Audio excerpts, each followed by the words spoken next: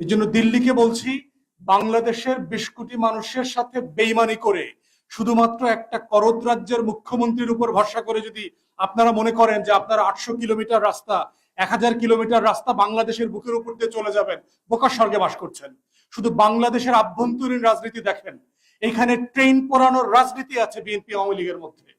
Sleeper খুলে ফেলা, ট্রেনের লাইন উঠাইয়া দেওয়া, আগুন দিয়ে ট্রেনের বগি পড়াইয়া দিয়ে মানুষ মেরা ফেলা, এই রাজনীতি বাংলাদেশে আছে।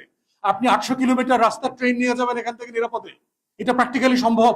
বাংলাদেশের মানুষকে খুশি না করে একটা অগণতান্ত্রিক রাজ্যের সাথে, মুখ্যমন্ত্রীর সাথে চুক্তি করে? অসম্ভব ব্যাপার, হইতেই পারে না। কানেক্টিভিটি হইতেই পারে। আমিও নেপালে যেতে চাই শিলিগুড়ি দিয়ে, আমিও উত্তর দিনাজপুর হয়ে আমি ভুটানে যেতে চাই, আমার ট্রাক যেতে চায়, ব্যবসা করবে, পেঁয়াজ আনবে, বিদ্যুৎ আনবে। আপনিও বাংলাদেশের উপর দিয়ে যান, ত্রিপুরায় যান, কুমিল্লা হয়ে, আমার কোনো সমস্যা নাই। কিন্তু শুধু আপনি নেবেন, আমি কিছু পাবো না, আমি দেবো না, এটা তো চুক্তি হতে পারে না। আপনি বার্মা থেকে গ্যাসের পাইপলাইন নিয়ে যাবেন বাংলাদেশের উপর দিয়ে, কিন্তু বার্মা গ্যাস আবার আমাকে বিক্রি করতে পারবে না, সেটা কেমন কথা হলো? অতএব আমরা কানেক্টিভিটির বিপক্ষে না, কিন্তু সেই কানেক্টিভিটি মিউচুয়াল ইন্টারেস্টের উপর ভিত্তি করে হইতে হবে। এটা একপাক্ষিক হলে দিল্লিকে মনে রাখতে হবে আপনার নিজের ইতিহাস সাক্ষী, এটা আপনি ডিসফাংশনাল হয়ে যাবে, এটা আপনি মেনটেন করতে পারবেন না। চুক্তি শেষ না, লং টার্মে এই স্বার্থ ধরে রাখাটা হলো বড় চ্যালেঞ্জ। এই জন্য আমরা বলছি যে আমাদের রক্তাক্ত স্বাধীনতার ইতিহাসকে কোনোভাবে ছোট করবেন না। আমরা রক্ত দিয়ে দেশ স্বাধীন করেছি, কারণ দান সৎকার বাংলাদেশ না, কোনোভাবে ছোট করবেন না। শেখ হাসিনা, শেখ পরিবার আর আওয়ামী লীগ বাংলাদেশ না। বাংলাদেশ অনেক বড়, 20 কোটি মানুষের বাংলাদেশ, মুক্তিযোদ্ধাদের বাংলাদেশ। অথবা এই বাংলাদেশ বিক্রি হইতে দেওয়া যাবে না এবং হবে না ইনশাআল্লাহ। 2-3টা স্মারকের ব্যাপারে আমাদের বেশি কনসার্নিং মনে হয়েছে। তার ভিতর একটা হচ্ছে আমাদের সমুদ্র সীমার ব্যাপারে, যে সো কল্ড ব্লু ইকোনমির সাথে পার্টনারশিপ করার ব্যাপারে যে স্মারকটা স্বাক্ষরিত হয়েছে। দ্বিতীয় যে ব্যাপারে আমরা কনসার্ন, সে বিষয়টা হচ্ছে ডিজিটাল সিকিউরিটির ব্যাপারে। আমাদের টোটাল যে সাইবার স্পেস আছে, আমাদের ইন্টারনেট, মোবাইল, এই নেটওয়ার্কিং সিস্টেম, এটার কোঅপারেশনের ব্যাপারে এখানে আলাপ করা হয়েছে। আমাদের স্পেস নিয়ে এখানে একটা স্মারক স্বাক্ষরিত হয়েছে। এবং আরেকটা বিষয় যেটা আমাদের আলোচনাতে সবচেয়ে বেশি এসছে, সেটা হচ্ছে ট্রেন লাইন। আপনারা হয়তো জানেন যে ফখরুদ্দিন মঈনুদ্দিনের সময় যে একটা গাদ্দার সরকার ছিল 111-এ, তারা 2008 সালে একটা চুক্তি করেছিল ট্রান্স এশিয়ান কানেক্টিভিটির নামে। এবং সেখানে শুধু ভারত ছিল না, সেখানে চায়না ছিল, নেপাল ছিল, ভুটান ছিল, মালয়েশিয়া পর্যন্ত ছিল, যে একটা ট্রেন কানেক্টিভিটির মধ্য দিয়ে এই দেশগুলোর সাথে আমরা কিভাবে যোগাযোগ বাড়াতে পারি, যেটা বর্তমান বাস্তবতাতে দুনিয়ার গ্লোবাল স্ট্যান্ডার্ডে খুবই একটা ন্যাচারাল প্র্যাকটিস। কিন্তু পরবর্তীতে আমরা দেখলাম যে এই রেজিম আতাত করে 2008-এর ডিসেম্বরে ক্ষমতা আসার পর থেকে এই কানেক্টিভিটি ট্রিটিটা অন্য সকল দেশ ছাপিয়ে এসে শুধুমাত্র বাংলাদেশ, ভারতের মধ্যে এসছে। এবং গত কয়েক মাসের আলোচনাতে আমরা দেখলাম যে ভারত সরকার ইতিমধ্যেই 850 থেকে 1150 কিলোমিটার লম্বা ট্রেন নেটওয়ার্কের প্রস্তাব করেছে, যেটার যদি পুরো নেটওয়ার্কের ম্যাপটা কেউ দেখে, আপনি বুঝবেন না যে বাংলাদেশ নামে কোনো রাষ্ট্র আছে। আপনারা বুঝবেন যে একটা ভারত রাষ্ট্রের এক প্রান্ত থেকে ট্রেনে আপনি আর এক প্রান্তে চলে যাচ্ছেন। এই যে সাবসার্ভিয়েন্ট ফরেন পলিসির মধ্য দিয়ে বাংলাদেশের ভূখণ্ডকে করিডোর বানিয়ে একটা স্বাধীন সার্বভৌম রাষ্ট্রের স্বার্থ কিভাবে নষ্ট করছে, ভুলুণ্ঠিত করছে, সেটার প্রতিবাদ জানানো আমরা মনে করেছি যে আমাদের নাগরিক দায় এবং দায়িত্ব। বাংলাদেশের এই কোটি কোটি ঘুমিয়ে থাকা প্রজাদেরকে স্মরণ করিয়ে দিচ্ছি, পৃথিবীর কোনো আইনে স্বাধীনতার অধিকার স্বীকার করা হয় না, এটা লড়াই করে আদায় করতে হয় এবং স্বাধীন থাকতে হয়। সার্বভৌমত্বের কোনো ইউনিভার্সাল রাইট নাই। মানুষকে লড়াই করে, সংগ্রাম করে, আন্দোলন করে, রক্ত দিয়ে, জীবন দিয়ে সার্বভৌম রাষ্ট্র তৈরি করতে হয় এবং সেখানে বেঁচে থাকতে হয়। তাই যারা যদি কেউ মনে করে থাকেন যে 71 সালে আমাদের পূর্বপুরুষরা রক্ত দিয়েছে বলে এই দেশ কালের পর কাল, অনন্তকাল ধরে স্বাধীন থাকবে, সার্বভৌম থাকবে, তারা বোকার স্বর্গে বাস করছেন। তাই আমরা বলছি যে বাংলাদেশ রাষ্ট্রকে স্বাধীন এবং সার্বভৌম রাখবার যে লড়াইটা প্রতি প্রজন্মের লড়াই, এটা প্রতি প্রজন্মকে তার মতো করে লড়াইটা করতে হবে। আমরা মনে করছি যে এই দখলদার সরকার, Awami East India Company, Lord Clive, Jagat Seth আর মীর জাফরদের মতো যেভাবে দেশটাকে লুটে পুটে খাচ্ছে, এর প্রতিবাদ করা এবং আমাদের পূর্বপুরুষদের মতো করে লড়াই করে যাওয়াটা আমাদের নাগরিক দায়িত্ব। এই লড়াইয়ের অংশ হিসাবে আজকে আমাদের এই ব্রিফিং। আমরা মনে করছি যে বাংলাদেশ রাষ্ট্রকে এবং তার জনগণকে নতুন করে ভাবতে হবে যে সে কি ধরনের রাষ্ট্রে বসবাস করতে চায়। আপনারা যদি করদ রাজ্যে বসবাস করতে চান, অনির্বাচিত মুখ্যমন্ত্রীর অধীনে জীবনযাপন করতে চান, ইটস ইউর চয়েস, কোনো সমস্যা নাই। কিন্তু আপনারা যদি স্বাধীন সার্বভৌম রাষ্ট্রে মর্যাদা নিয়ে বেঁচে থাকতে চান, আপনাদের লড়াই করে বাঁচতে হবে। আপনারা জানেন আগামী মাসের দ্বিতীয় সপ্তাহে বাংলাদেশের এই দখলদার সরকারের ডেলিগেশন চায়না যাবে, বেইজিং যাবে, এবং সেখানে ইতিমধ্যে চায়নার কাছে তারা $7 বিলিয়ন সাহায্য চেয়েছে। একটা বড় আকারের বাজেট, যেটা কর দিয়ে পোষানো যাবে না এমন একটা বাজেট বাস্তবায়নের জন্য। এবং আমরা ধারণা করছি বেইজিং সফরকে সামনে রেখে বাংলাদেশের এই অনির্বাচিত দখলদার সরকারকে দিল্লিতে সামন করা হয়েছে। এই মির্জাফররা গিয়ে দিল্লিতে কি দিয়ে আসছে? পলাশী দিবসে। পলাশী দিবস ছিল গতকালকে, যেখানে বাংলার স্বাধীনতা সূর্য অস্তমিত হয়েছিল 1757 সালে। তাই বাংলার ভাগ্যাকাশে 2024 সালে কি বাস্তবতা বিরাজ করছে সেটা বোঝা এবং বোঝানোর দায়িত্ব থেকে আজকের এই ব্রিফিং। যে অন্যায্য চুক্তি হয়েছে ভারতের সাথে, এবং এই চুক্তির মাধ্যমে মূলত বাংলাদেশের পক্ষ থেকে দিল্লির কাছে এক ধরনের দাসখত দিয়ে আসা হয়েছে। রাজনৈতিক দলের দায়িত্ব হচ্ছে বাংলাদেশের স্বাধীনতা সার্বভৌমত্ব রক্ষার ব্যাপারে বাংলাদেশের মানুষকে সচেতন করা। স্বাধীনতা সার্বভৌমত্ব যেটা অনেক রক্তের বিনিময়ে, সংগ্রামের বিনিময়ে একটা জাতি অর্জন করে, সেই স্বাধীনতা সার্বভৌমত্বকে কোনো সরকার যদি বিপন্ন করে, কোনো রাষ্ট্রের কাছে বন্ধক দিয়ে আসে, দাসখত দিয়ে আসে, রাজনৈতিক দলগুলোর দায়িত্ব হচ্ছে সেটার বিরুদ্ধে জনগণকে জানানো, প্রতিবাদ করা এবং সেটা রুখে দেয়া। শুধু প্রতিবাদী নয়, দেশ এবং জাতিকে রক্ষার জন্য যে কোনো ধরনের ন্যায়সঙ্গত সংগ্রাম করার দায়িত্ব প্রতিটি নাগরিকের আছে। সেই দায়িত্ববোধ থেকে আমার বাংলাদেশ পার্টি আজকে এই সংবাদ ব্রিফিং এর আয়োজন করেছে। মিডিয়ার মাধ্যমে আমরা জানতে পেরেছি যে আমাদের এই যে বর্তমানে প্রধানমন্ত্রীর পদ দখল করে আছেন যিনি, যারা একটা অবৈধ নির্বাচনের নামে প্রহসনের মাধ্যমে রাষ্ট্র ক্ষমতা জবরদখল করে আছেন, তাদের একটি ডেলিগেশন দিল্লিতে গিয়েছিল এবং সেখানে 10টি মেমোরেন্ডাম এবং চুক্তি, শুধু সবগুলো চুক্তি না, সবগুলো আবার এমওইউ না, স্বাক্ষর করে এসেছেন। তার মধ্যে 3টি হচ্ছে পুরাতন চুক্তির নবায়ন আর 7টি নতুন করে করা হয়েছে। এই যে 7টি নতুন চুক্তি এবং এমওইউ, এর মধ্যে ভয়ঙ্কর কয়েকটি ঘটনা ঘটেছে। প্রথম বিষয় হচ্ছে যে যখন একটা রাষ্ট্র আরেকটি রাষ্ট্রের সাথে এই ধরনের স্পর্শকাতর বিষয়ে কোনো চুক্তি করতে যাবে, সেইটা রাষ্ট্রের স্বার্থ কতটুকু রক্ষিত হচ্ছে, সার্বভৌমত্ব কতটুকু রক্ষিত হচ্ছে কি হচ্ছে না, সেই বিষয়ে জাতিকে অবহিত করা সরকারের দায়িত্ব ছিল। বাংলাদেশের জনগণকে সম্পূর্ণ অন্ধকারে রেখে এই ধরনের চুক্তি স্বাক্ষর করা হয়েছে। এবং সবচাইতে আশ্চর্যের বিষয় হচ্ছে আমাদের মিডিয়া, যাদের দায়িত্ব ছিল প্রশ্ন করে জানা যে কি বিষয়ে কি চুক্তি এবং কি আন্ডারস্ট্যান্ডিং আপনারা করে এসেছেন। যতগুলো রিপোর্ট প্রাইম মিনিস্টারের এই সফরে এবং চুক্তির ব্যাপারে হয়েছে, একটা রিপোর্টেও এই চুক্তি এবং মেমোরেন্ডাম অফ আন্ডারস্ট্যান্ডিং এর বিষয়বস্তুর উপরে কোনো ধরনের রিপোর্ট করা হয়নি। আমাদের সাংবাদিকতার জগৎ, আমাদের দেশের সাংবাদিকরা যে দেশপ্রেমের পরিচয় দিতে পারছেন না, এটা তার একটা উদাহরণ হতে পারে। ডিজিটাল পার্টনারশিপ এগ্রিমেন্ট নামে প্রথম এগ্রিমেন্টটা হয়েছে, 1 নম্বর এগ্রিমেন্ট। এই ডিজিটাল পার্টনারশিপ এগ্রিমেন্ট আপনারা জানেন যে এই যে আমরা ইন্টারনেট ব্যবহার করি বা আমাদের ইন্টারনেট গেটওয়ের প্রশ্ন আছে, ইনফরমেশন গেটওয়ের প্রশ্ন আছে, এই গেটওয়ের মাধ্যমে গোটা দুনিয়ার সাথে আমরা কানেক্টেড থাকি। সেই কানেক্টিভিটির প্রশ্নে সেই যে তাদের যে গেটওয়ে গুলো নিয়ন্ত্রণ, সেগুলো ভারতের কাছে। তাদের সাথে কি ফর্মে কি টার্মস এন্ড কন্ডিশনে আপনারা চুক্তি করে এসেছেন, জাতি এটা জানতে চায়। তা না হলে আপনারা ইতিমধ্যেই জেনেছেন যে একজন পুলিশ অফিসার স্পর্শকাতর তথ্য ভারতের কাছে বিক্রি করে অনেক টাকার মালিক হয়েছেন, পালিয়েছেন এখন। এইভাবে গোটা জাতির স্পর্শকাতর সমস্ত ডিজিটাল তথ্য এই চুক্তির মাধ্যমে আমাদের প্রতিবেশী প্রবল পরাক্রান্ত একটি পরাশক্তি, তারা যাদের সাথে আমাদের আচরণ বন্ধুত্বপূর্ণ নয়। কেন বলছি? ভারত বাংলাদেশের সবচেয়ে বৃহৎ প্রতিবেশী, বন্ধুত্বপূর্ণ দেশ বলে আমরা বলি, কিন্তু তাদের আচরণ কিন্তু বন্ধুত্বপূর্ণ নয়।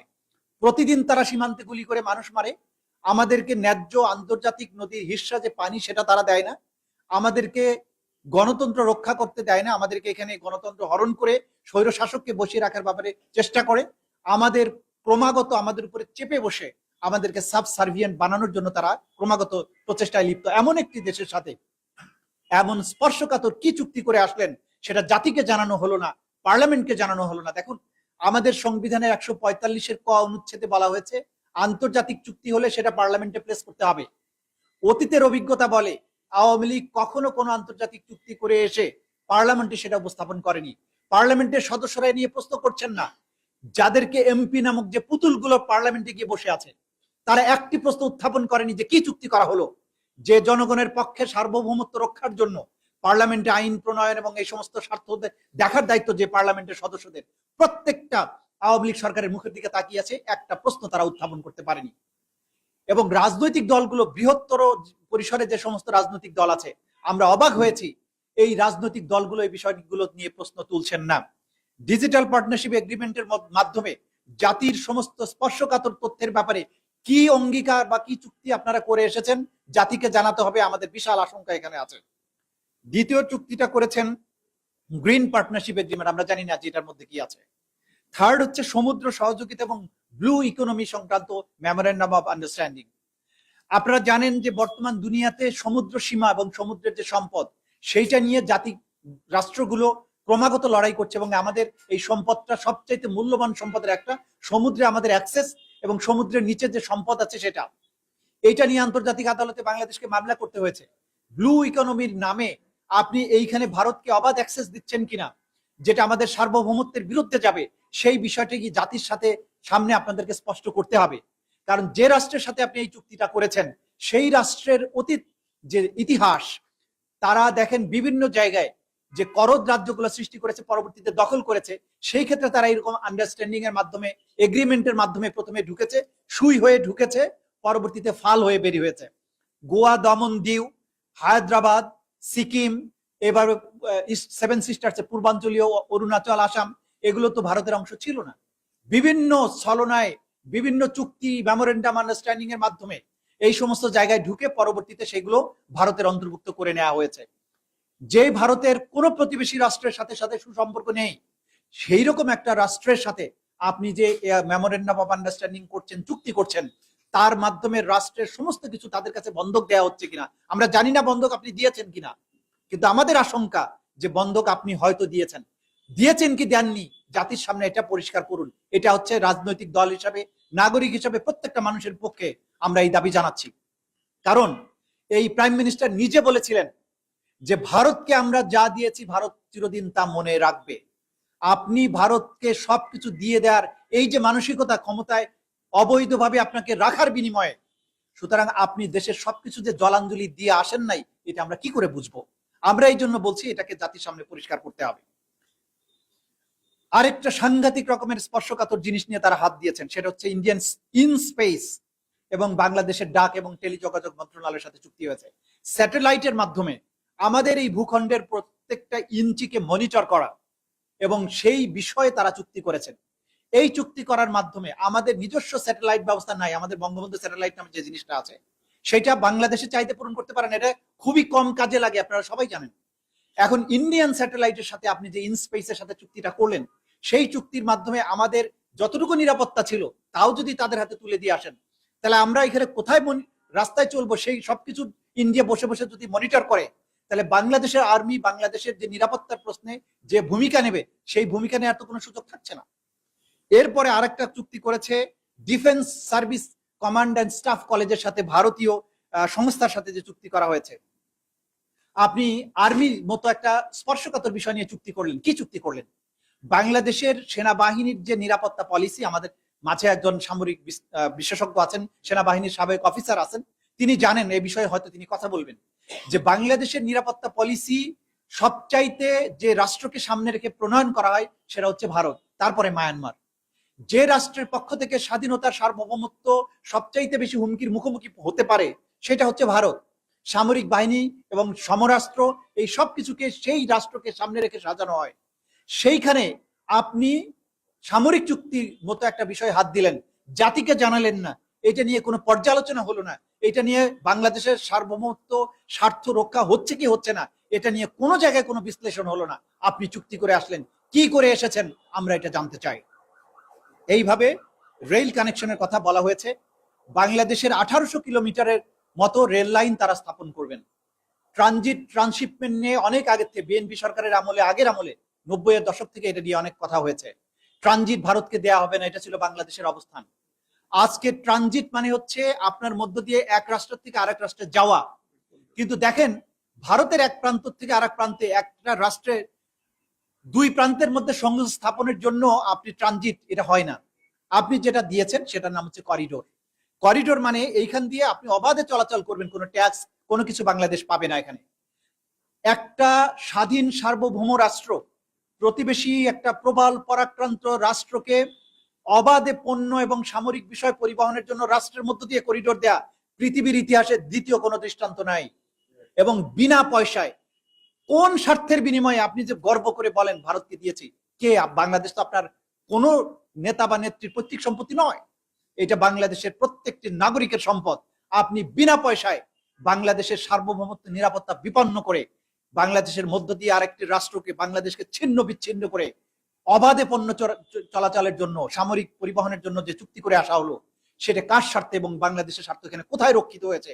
নাগরিক হিসেবে এটা আমাদের জানার অধিকার আছে, আমরা জানতে চাই। এই ট্রেনগুলোর মাধ্যমে যদি অস্ত্র পরিবহন করা হয়, সেই অস্ত্রে যদি কোনো গোষ্ঠী এবং সেটা যদি নাশকতার কোনো ব্যাপার ঘটে, তখন ভারত বলতে পারে যে আমার ট্রেনে হামলা হয়েছে, আমি এখানে মিলিটারি পাঠাবো। আপনি কি করে সেটা রোধ করবেন? এই যে এই জাতীয় নিরাপত্তার ঝুঁকি আছে, কোথায় এটা আলোচনা হয়েছে? কোথায় বিশ্লেষণ হয়েছে? কোথায় পার্লামেন্টে অনুমোদন দিয়েছে? চুক্তি হয় রাষ্ট্রের সাথে আরেকটি রাষ্ট্রের।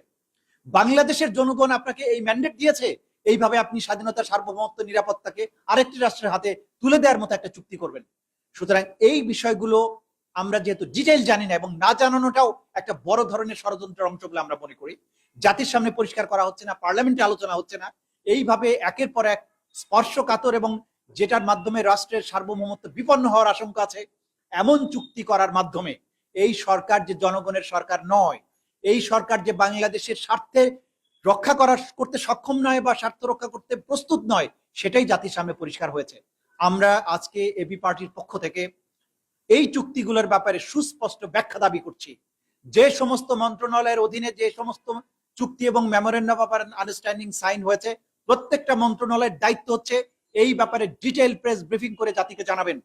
তা না হলে আমরা ধরে নেব যে বাংলাদেশকে আপনারা বিক্রি করে এসেছেন, পণ্যের বাজারের মতো ভারতের কাছে গিয়ে বিক্রি করে এসেছেন। ক্লিয়ার করুন জাতিকে, তা না হলে এই বিষয় নিয়ে বাংলাদেশের মানুষকে আমরা বলবো যে এইভাবে যদি বিপন্ন করা হয়, যে স্বাধীনতার গর্ব করি আমরা, 30 লক্ষ শহীদের রক্তের বিনিময়ে যেটা অর্জিত হয়েছে, এত শহীদের রক্তদানকে ধুলায় লুণ্ঠিত করে আরেকটা রাষ্ট্রের কাছে আপনি যদি দিয়ে আসেন, তাহলে এই স্বাধীনতার আত্মদান, রক্তদান এগুলো ব্যর্থ হয়েছে বলে ধরে নেওয়া হবে। এবং সেই ক্ষেত্রে এই জাতি মনে করবে যে স্বাধীনতার সবচাইতে বড় শত্রু হিসেবে তারা ভূমিকা পালন করছেন।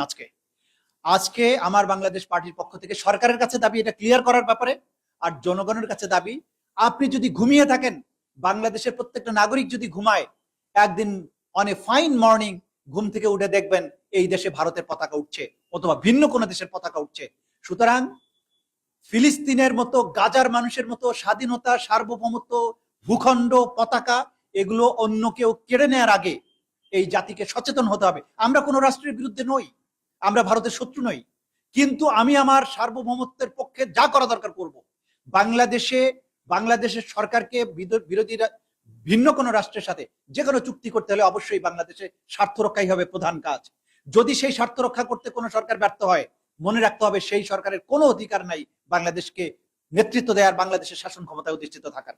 এই কথাগুলো বলে জাতির কাছে আমাদের এই আপিল রেখে আমার বক্তব্য এখানে শেষ করতে। এই দামি সরকার ভারতীয় অতি সম্প্রতি যে চুক্তি করেছে, সেই চুক্তিগুলো যে কতটা দেশ ধ্বংসীকারী এবং দেশদ্রোহী টাইপ, সেইটা আপনাদের সামনে তুলে ধরা হলো।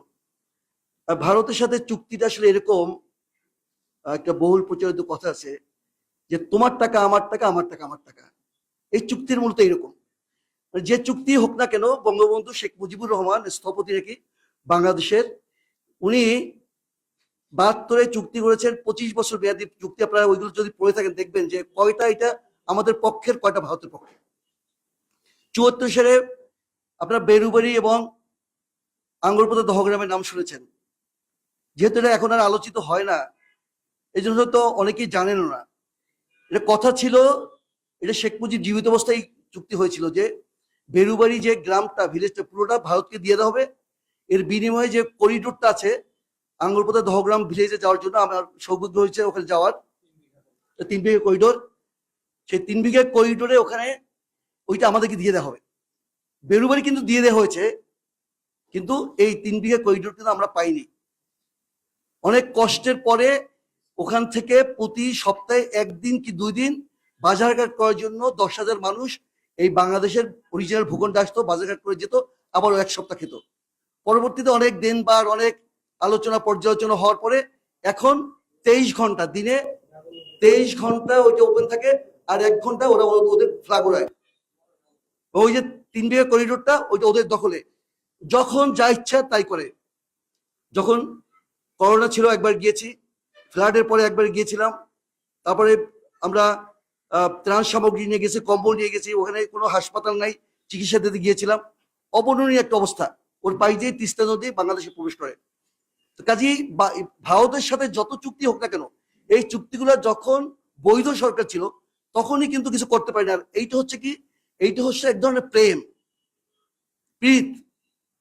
যারা প্রেম করে তারা কিন্তু মাথা উঁচু করে হাঁটে না, তারা হুট করে রিক্সা তারপরে চলাফেরা করে, ওই কোনাকাঞ্চি বসে কথা বলে, ওই কোকিলের ডাক দেয় আর উনি চলে যায়, গিয়ে যা ইচ্ছা তাই দিয়েছে। কেন দিচ্ছে? যে এই যে সরকার, অবৈধ সরকার তাকে এখানে বসিয়েছে যে এবং প্রোটেকশন দিয়েছে, সেই জন্য। এটা খুবই ইজি সিম্পল কথা। তার কাছে এগুলো চেয়ে বা কোনো কথা বলে আমাদের এখানে কোনো সুরা হবে না। সুরা হবে কি, এই সাধারণ মানুষ, যারা বঞ্চিত মানুষ, স্বাধীনতা সার্বভৌমত্বের যারা রক্ষা করবে, তাদেরকে উজ্জীবিত করে এই অবৈধ সরকারকে আমাদের আসলে মোকাবেলা করতে হবে। এছাড়া অন্য কোনো উপায় নাই। আপনারা দেখেন যে প্রাসঙ্গিকভাবে বলছি, সাংবাদিক বন্ধুদের অনেক বদনাম আছে, হলুদ সাংবাদিকতা করে। আমাদের চিকিৎসকদের যেমন অনেক বদনাম, আমরা কষাই, কিন্তু তারপর তো হাসপাতালগুলো চিকিৎসা হয় না? তারপর তো বেঞ্জিরের 1000 কোটি টাকা উদ্ঘাটন কারা করছে? সাংবাদিকরা করছে। তারপর যে আসাদুজ্জামানের ব্যাপারে কথা আসছে, কারা করছে? সাংবাদিকরা করছে। এই আনটোল্ড হিস্ট্রিগুলো কারা বলে? সাংবাদিকরা বলে। আপনাদেরকে স্যালুট জানাই। এখন বাংলাদেশ পুলিশ অ্যাসোসিয়েশন তারা বলেছে যে এইটা উদ্দেশ্য প্রণোদিত এবং অবাঞ্ছিত, এটা আকাঙ্ক্ষিত না। কিন্তু এইটার পরে যখন এই কথাগুলো হলো, ট্রান্সপারেন্সি ইন্টারন্যাশনাল কি বলছে জানেন? এই যে ওরা যে একটা স্মারক দিয়েছে বা কথা বলেছে, বিবৃতি দিয়েছে, এইটাই অনৈতিক, এটাই অনাকাঙ্ক্ষিত। মানে তারা তাদের বর্তমানে পোশাকি এবং যারা অবসরপ্রাপ্ত, তাদের আকাম কুকাম যাতে না প্রকাশ পায়, এই জন্য সুরক্ষা দেওয়ার জন্য তারা উঠে পড়ে লাগছে। এর মাধ্যমে যে ঠাকুর ঘরে কেড়ে আমরা কলা খাই না, এইটাই প্রতিমান হয়, এটা কিন্তু তারা বোঝে না। আপনাদেরকে ধন্যবাদ জানাচ্ছি আপনার এই পার্টির পক্ষ থেকে যে আপনারা যে কোনো পার্টির সমালোচনা করবেন, সাংবাদিকতার যে নীতিমালা আছে সেটা রক্ষা করে আপনারা কাজ করবেন। সেই ব্যাপারে আপনারা নির্ভীক অকুতভাবে কাজ থাকবেন, যাতে বাংলাদেশ নামক এই ভূখণ্ডটি আমরা এই স্বাধীনতা সার্বভৌমত্ব রক্ষা করতে পারি এবং আমরা এই স্বাধীনতা ভোগ করতে পারি। সকলকে ধন্যবাদ। আসসালামু আলাইকুম।